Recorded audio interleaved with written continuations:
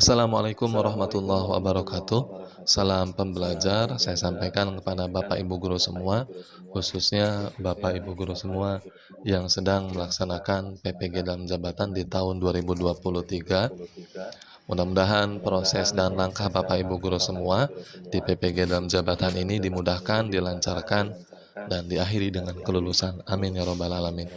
Di video kita kali ini, kita akan membahas tentang prediksi-prediksi soal PPG dalam jabatan, soal UP. Nanti silahkan boleh Bapak Ibu guru semua share video ini sebanyak mungkin ke teman-teman guru yang lain, agar video ini bisa dirasakan manfaatnya oleh Bapak Ibu guru yang lain juga. Oke, sekarang kita langsung saja ke pembahasan soal prediksi soal UP PPG ya. Yang pertama di sini Pak Andi mengajar di kelas 6 SD Bintang Purnama. Pak Andi akan membahas KD keberagaman ekonomi dan kondisi sosial masyarakat Indonesia. Ketika Pak Andi menjelaskan bentuk keberagaman ekonomi dan kondisi sosial masyarakat Indonesia, siswa nampaknya kurang termotivasi dalam mengikuti pembelajaran. Terbukti setelah dievaluasi hanya 4 siswa dari 20 siswa yang menjawab benar. Pak Andi merefleksi dan berencana melakukan penelitian tindakan kelas. Rancangan PTK yang tepat adalah titik-titik. A. Pengembangan model pembelajaran menggunakan media Google Earth untuk materi keberagaman ekonomi dan kondisi sosial masyarakat Indonesia kelas 6. B. Pengaruh model problem-based learning terhadap pemahaman keberagaman ekonomi dan kondisi sosial masyarakat Indonesia siswa kelas 6. C. Peningkatan motivasi belajar siswa kelas 6 dalam materi keberagaman ekonomi dan kondisi sosial masyarakat Indonesia.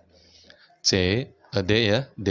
Perbandingan model pembelajaran problem-based learning dengan project-based learning terhadap motivasi siswa kelas 6 materi keberagaman ekonomi dan kondisi sosial masyarakat Indonesia. E. Studi kasus tentang penyebab rendahnya motivasi belajar siswa kelas 6 pada materi keberagaman ekonomi dan kondisi sosial masyarakat Indonesia. Oke, berarti di sini kaitannya dengan Pak Andi ini memiliki sebuah masalah di kelasnya, yang dimana siswanya ini kurang termotivasi dalam mengikuti pembelajaran, dan akan Pak Andi ini berencana melakukan sebuah penelitian tindakan kelas PTK. Nah, kalau kita melihat jawaban yang A, di sini kaitannya dengan pengembangan. Nah, diksi pengembangan ini adalah salah satu penelitian atau studi pengembangan. Ya, jadi bukan PTK yang A ya, berarti salah. Ya, ini adalah studi pengembangan. Ya, diksinya menggunakan kata pengembangan. Oke, kita cek yang B. Tadi di B ini menggunakan diksinya pengaruh. Ya, pengaruh itu kaitannya erat dengan penelitian korelasi ya, atau korelatif, studi korelatif ya. Berarti ini kaitannya bukan dengan PTK ya, tapi dengan studi komparatif korelatif ya. Kita cek yang C, peningkatan. Nah, peningkatan itu adalah salah satu dari penelitian tindakan kelas, meningkatkan, peningkatan penggunaan ya. Itu adalah salah satu ciri dari penelitian tindakan kelas. Oke, berarti kita simpan yang C nih ya, Bapak Ibu ya, kita simpan yang C. Kalau yang D, kita lihat di sini perbandingan. Jadi membandingkan antara model A dengan model B, kemudian media A dengan media B, metode A dengan metode B. Nah, kaitannya dengan perbandingan itu adalah penelitiannya studi komparatif atau komparasi ya, membandingkan. Nah, kalau yang E, studi kasus, ya berarti ini studi kasus penelitiannya ya. Berarti sudah jelas jawaban yang tepat itu adalah yang C. Ya. Nah, di sini penelitian tindakan kelas. Kita lihat ke sini agar lebih dipahami lagi ya. Jadi studi komparasi itu biasanya diksinya menggunakan model A, perbandingan model A dengan model B, kemudian perbandingan apa dengan apa, ya itu studi komparasi. Kalau studi korelatif, pengaruh, media A terhadap hasil belajar misalkan, atau hubungan, ya itu bisa diksinya menggunakan pengaruh atau hubungan. Kalau misalkan studi pengembangan, itu biasanya diksi yang menggunakan pengembangan. Pengembangan media A, ya, atau pengembangan model A, bisa seperti itu ya. Nah, kalau studi kasus, ya biasanya diksinya studi kasus lagi, ya. Nah, yang terakhir PTK. Nah, ini PTK ini biasanya diksinya menggunakan kata peningkatan, meningkatkan, penerapan. Ya, nah itu salah satu ciri dari penelitian tindakan kelas atau PTK. Ya, jadi paham ya Bapak Ibu guru semua ya? Oke, sekarang kita lanjut ya. Ibu Sri merancang pembelajaran kelas 6 dengan kompetisi dasar menyajikan hasil penggalian informasi dari teks penjelasan atau eksplanasi tentang penggunaan TV dengan menggunakan kosakata baku dan kalimat efektif. Berdasarkan kompetensi dasar di atas, cakupan materi yang termuat dalam KD tersebut adalah titik-titik. A. Teks visual kosakata baku penggunaan TV. B. Teks eksplanasi, teks tulis ya, kosakata baku. C. Teks eksplanasi, penggunaan TV, kalimat efektif. D. Teks eksplanasi, kosakata baku, paragraf. Atau E. Teks eksplanasi, kosakata baku, kalimat efektif.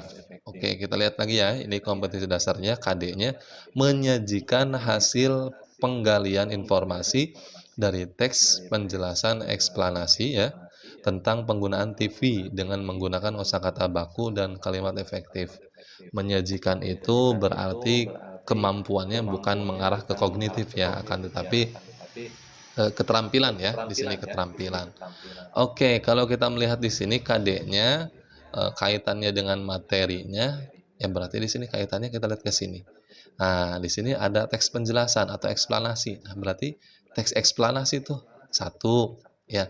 Kemudian selanjutnya bukan penggunaan TV ya, bukan penggunaan TV. Karena di sini penggunaan TV itu teks eksplanasinya tentang penggunaan TV, ya. Oke, selanjutnya kita cek. Nah, di sini nih ada kosakata baku nih. Kosakata baku atau kata baku ya. Dan yang terakhir kalimat efektif. Berarti dari KD ini yang akan dijelaskan oleh Ibu Sri itu ada 3 materi. Satu, teks eksplanasi, dua, kosakata baku, dan yang terakhir kalimat efektif. Berarti jawabannya adalah yang E ya, Bapak Ibu ya. Jawabannya yang E. Oke, ini ya. Oke, selanjutnya. Sebuah peta memiliki skala 1:200.000. Jika Bayu berencana pergi dari kota Semarang ke kota Purwokerto dengan jarak yang sebenarnya adalah 6 km. Berapa jarak pada peta dari kota Semarang ke kota Purwokerto itu? Oke, berarti di sini kaitannya dengan skala jarak sebenarnya, jarak pada peta ya. Oke. Jadi Bapak Ibu guru semua harus hafal rumus-rumus matematika yang ada materinya dikaitannya dengan pembelajaran di SD ya. Jadi harus hafal. Nah, salah satunya ini ya, skala pada peta. Oke, sekarang yang ditanyakan berarti jarak pada peta ya. JP, jarak pada peta itu jarak sebenarnya dikali skala. Ya, di sini jarak sebenarnya 6 km. Nah, sedangkan skalanya 1:200.000. Oke, sekarang kita langsung hitung operasikan ya. Jarak sebenarnya 6 km dikali 1:200.000. Ya, ini kan berbanding dibagi ini sama saja dengan per ya. Berarti karena di sini yang ditanyakan jarak pada peta, sedangkan jarak peta itu satuannya bukan kilometer, akan tetapi satuannya itu adalah sentimeter. Nah, sekarang kita ganti dulu nih kilometer ke sentimeter. Dikali berapa? Dikali 100.000 karena turun 5 ya, turun 5 langkah kilometer ke sentimeter. Berarti 6 kali 100.000, 600.000 dikali 1:200.000. Oke, sekarang setelah seperti ini, langkah selanjutnya kita kalikan nih. 600.000 kali 1, 600.000 per 200.000. Nah, kita coret nolnya 5 ya. Ini kan sama 5 ya. Atas 5 nolnya, bawah nolnya juga 5. Kita coret nolnya, coret nolnya. Berarti 6 dibagi 2 sama dengan 3 cm. Oke, berarti jawabannya adalah B, ya. Nah, awas biasanya biasanya soal-soal seperti ini ketika muncul karena kita awalnya sudah disajikan dengan soal-soal yang kalimatnya panjang, soal-soal HOTS ya, kemudian Bapak Ibu guru semua disajikan soal matematika seperti ini, padahal mah kita mengetahui aslinya ya, aslinya pengalaman ya, pengalaman dari diri sendiri pada waktu itu, tahu rumusnya seperti ini, cuma karena kita ya satu mungkin gugup ketika mengerjakan, kemudian yang keduanya setelah kita disajikan di soal-soal berikutnya, soal-soal HOTS, kemudian ditampilkan soal seperti ini, kadang lupa ya rumusnya apa, kadang lupa. Padahal mah aslinya kita tahu sebelum-sebelumnya ya. Jadi kalau bisa diperdalam lagi, latihan soal lagi agar rumusnya oleh Bapak Ibu guru semua hafal ya. Oke, lanjut. Setiap hari pembelajaran memiliki tingkat kesukaran yang bervariasi. Untuk memudahkan peserta didik memahami materi yang memiliki tingkat kesukaran tinggi, guru sering memanfaatkan media pembelajaran, misalnya media gambar atau tayangan video yang berisi sistem peredaran darah. Fungsi media pada pernyataan tersebut adalah titik-titik. A. Menampilkan objek yang terlalu besar. B. Membuat konkret konsep yang abstrak. C. Menampilkan objek yang tidak dapat diamati dengan mata telanjang. D. Membawa objek yang berbahaya atau sukar didapat di dalam lingkungan belajar. Atau E. Menampilkan objek untuk diperkecil. Oke, berarti di sini kaitannya dengan media gambar atau tayangan video ya, kan biasanya Bapak Ibu guru semua dalam mengajar juga kan biasanya kita menampilkan gambar atau menampilkan sebuah video ya. Nah, di sini kaitannya gambar atau tayangan videonya berisi tentang materi sistem peredaran darah. Nah, kira-kira fungsi dari media gambar atau video ini sebagai apa? Nah, sudah jelas ya, sudah jelas. Fungsi dari media video atau gambar itu adalah membuat sesuatu yang tadinya abstrak menjadi konkret. Ya, tidak jelas, kemudian menjadi jelas. Dengan apa? Ya, dengan media yang kita gunakan ini, video dan gambar. Berarti jawabannya yang tepat itu adalah B ya, jawabannya B. Membuat konkret konsep yang abstrak. Ya, ini kan tadinya kan sistem peredaran darah. Kita tidak tahu karena berada di dalam tubuh kita sistem peredaran darah ini. Akan tetapi setelah siswa mengamati gambar atau mengamati video, sesuatu yang abstrak itu menjadi konkret, menjadi jelas ya. Oke, berarti jawabannya adalah B ya Bapak Ibu ya. Oke, lanjut. Palarso melaksanakan pembelajaran dengan menggunakan masalah sebagai langkah awal dalam mengumpulkan dan mengintegrasikan pengetahuan baru berdasarkan pengalamannya, dimulai dengan memunculkan pertanyaan penuntun atau a guiding question, dan membimbing peserta didik berkolaboratif yang mengintegrasikan berbagai subjek atau materi dalam kurikulum. Pembelajaran yang dilaksanakan oleh Palarso tersebut merupakan model pembelajaran titik-titik. Apakah A. Project Based Learning? Apakah B. Discovery Learning? Apakah C. Problem Based Learning? Apakah D. Inquiry Learning? Atau E. Self-Direct Learning? Oke, kalau kita melihat ke sini, keywordnya, kata kuncinya, Palarso ini menggunakan masalah. Nah, berarti pembelajarannya ini Bapak Ibu guru semua ya berbasis masalah. Yang dimana ya di langkah awalnya ini setelah mengumpulkan masalah kemudian diinteraksikan ke pengetahuan berdasarkan pengalamannya. Nah, dituntun pertanyaan tuh.